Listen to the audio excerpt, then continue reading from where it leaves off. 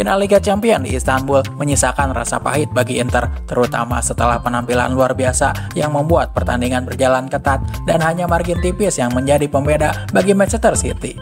Tim yang sempat diunggulkan sebelum laga karena jurang finansial dan reputasi pemain di antara kedua klub. Namun, kekalahan dalam final tersebut justru meningkatkan rasa percaya diri Inter.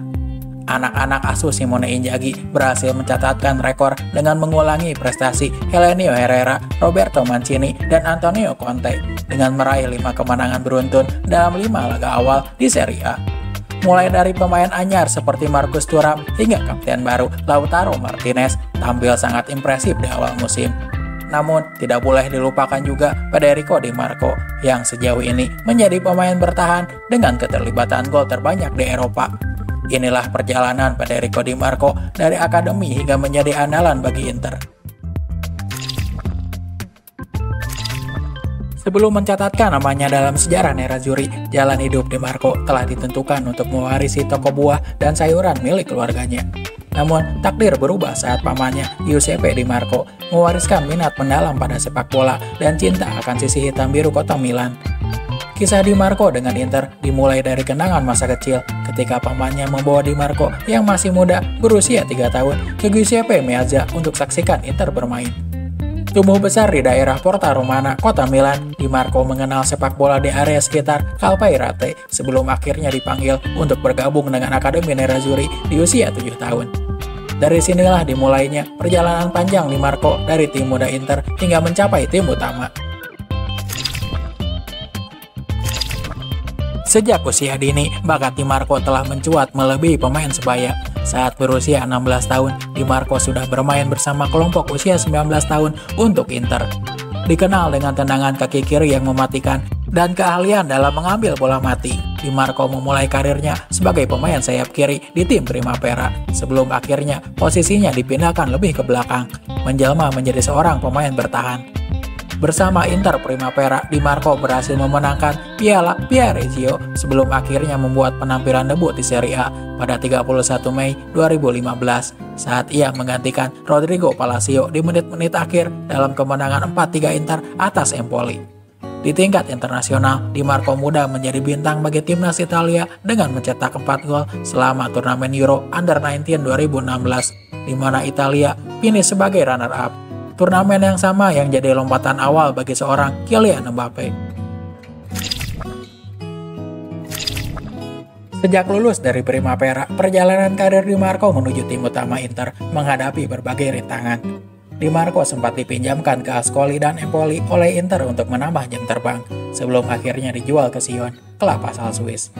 Namun, karirnya di Swiss mengalami kendala ketika mengalami cedera serius patah metatarsal yang memaksa dirinya untuk menepi selama 116 hari. Total Di Marco hanya tampil dalam 9 pertandingan bagi Sion. Meskipun demikian, Inter tidak kehilangan keyakinan terhadap potensi Di Marco. Terbukti dengan keputusan untuk membawanya kembali ke Italia. Luciano Spalletti, pelatih Inter saat itu, menyadari bahwa Di Marco masih membutuhkan pengalaman bermain. Oleh karena itu, Di Marco dipinjamkan ke Parma, di mana ia mencetak gol pertamanya di Serie A dalam kemenangan 1-0 Parma atas Inter di San Siro. Setahun kemudian, Di Marco pindah ke Hellas Verona, di mana di bawah asuhan Ivan Juric, mantan asisten pelatih Inter di era Gianpiero Gasperini, potensi Di Marco berkembang pesat. Berperan sebagai left center back dalam formasi 3 pemain belakang dan juga sebagai back sayap dalam formasi 3-4-3, Di Marco mencetak statistik mencengangkan pada musim 2020-2021, di mana ia mencatatkan 117 shoot creating action, 172 umpan progresif, dan 59 sentuhan di kotak penalti lawan. Statistiknya tersebut menempatkan Di Marco pada persentil ke-80 dan ke-90 di antara para pemain di posisinya di Eropa.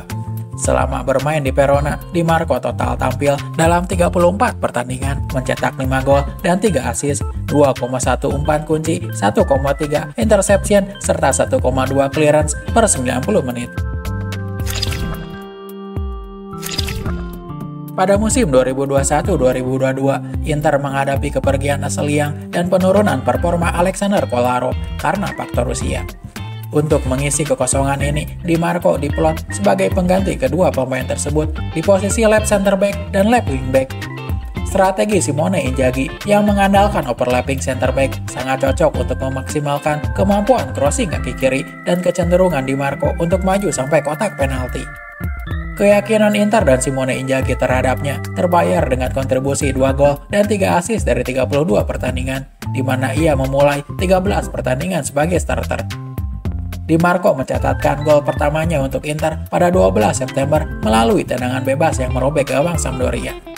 Meskipun Inter tidak dapat mempertahankan Scudetto setelah tertinggal oleh Milan di akhir klasemen, Di Marco berhasil membawa pulang trofi Coppa Italia dan Supercoppa untuk Inter di musim tersebut.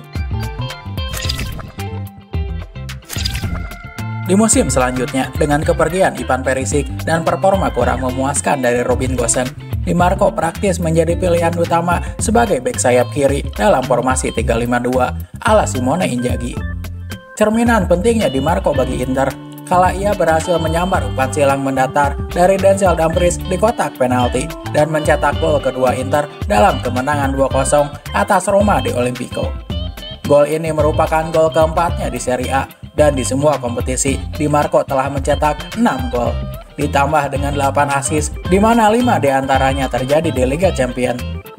Meskipun Inter tidak berhasil meraih trofi keempatnya di Liga Champions, penampilan gemilang Di Marco di musim lalu diakui sebagai salah satu pemain bertahan paling berbahaya dan menentukan, hingga ia terpilih dalam tim terbaik atau Best 11 di Liga Champions.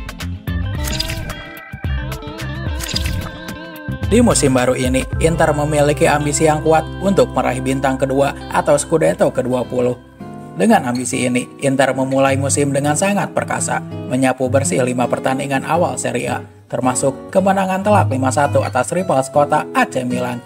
Federico Di Marco memiliki peran lebih musim ini, terutama setelah kepergian Robin Gosens dan masih beradaptasinya Carlos Augusto.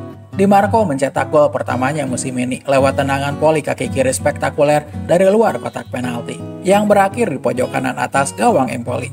Gol yang menjaga posisi Inter di puncak klasemen sementara. Dengan 1 gol dan 3 assist sejauh ini, Federico Di Marco tampak berada di jalur yang tepat untuk menjadi protagonis bagi Inter dalam mewujudkan ambisi bintang kedua di musim ini. Terima kasih sudah menonton video ini sampai selesai. Bila suka video ini, jangan lupa like, komen, dan subscribe untuk tak ketinggalan video terbaru lainnya.